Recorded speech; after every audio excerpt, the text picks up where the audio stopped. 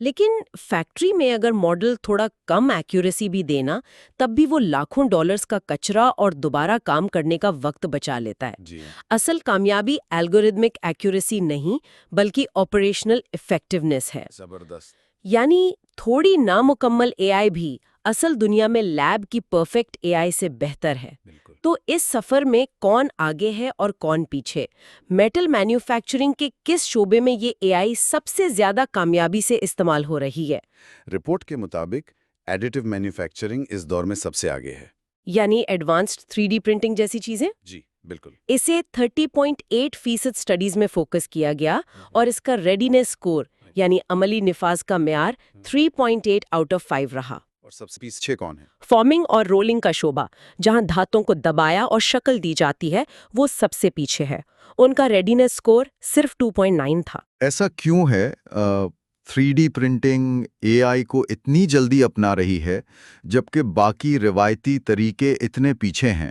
اس کی وجہ یہ ہے کہ 3D پرنٹنگ بنیادی طور پر ایک ڈیجیٹل پروسیس ہے۔ اس میں پہلے سے ہی سینسرز موجود ہوتے ہیں، ڈیٹا پیدا کرنا ان کی فطرت میں ہے۔ اچھا، تو وہاں اے آئی لگانا آسان ہوتا ہے۔ ہاں، جبکہ پرانی رولنگ مشینز کو ڈیجیٹل سائبر فزیکل سسٹمز میں تبدیل کرنا بہت مشکل اور مہنگا ہے۔ یہ دوبارہ ہماری STS تھیوری کو ثابت کرتا ہے کہ پروسیس کا ڈھانچہ بھی اے آئی کے مطابق ہونا چاہیے۔ تو اگر ہم اس ساری تحقیق کو سمیٹ لیں تو اے آئی واقعی فیکٹریز کو ری ایکٹیو سے پریڈکٹیو بنا رہی ہے۔ ہم نے دیکھا کہ سینسر فیوژن کی طاقت کیا ہے اور ڈیپ لرننگ کتنی اہم ہے، بھلے ہی وہ ایک بلیک باکس ہو۔ اور سب سے بڑھ کر لیب اور اصل فیکٹری کے نتائج کا جو فرق سامنے آیا، وہ اصول میں اس انڈسٹری کی حقیقت ہے۔ بالکل۔ یہ معلومات کیوں اہم ہے؟ کیونکہ ہم روزمرہ جو گاڑیاں چلاتے ہیں یا جن ہوائی جہازوں میں سفر کرتے ہیں ان کی سلامتی انہی میٹلز پر منحصر ہے۔ ہاں، اے آئی نہ صرف فیکٹریز کا وقت اور پیسہ بچا رہی ہے بلکہ ہماری سلامتی کو بھی یقینی بنا رہی ہے اور اسکریپ کم کر کے ماحولیات کو بھی بہتر کر رہی ہے۔ یہ ایک بہترین تبدیلی ہے، لیکن آخر میں یہ ایک اہم سوال کھڑا کرتا ہے۔ وہ کیا؟ اگر اے آئی اتنی بہتر پیشگوئی کرنے لگے کہ ہر خرابی پہلے ہی پکڑی جائے تو کیا مینوفیکچرنگ فیکٹریز میں انسانی کوالٹی انسپیکٹرز کی ضرورت بالکل ختم ہو جائے گی؟ یہ تو واقعی ایک سوچنے والی بات ہے۔ ہاں، یا کیا وہ انسپیکٹر صرف اے آئی اور ڈیٹا سسٹمز کو مانیٹر کرنے والے ڈیٹا سپروائزرز بن جائیں گے؟ یہ ایک ایسا سوال ہے جس پر آنے والے وقت میں غور کرنے کی شدید ضرورت ہے۔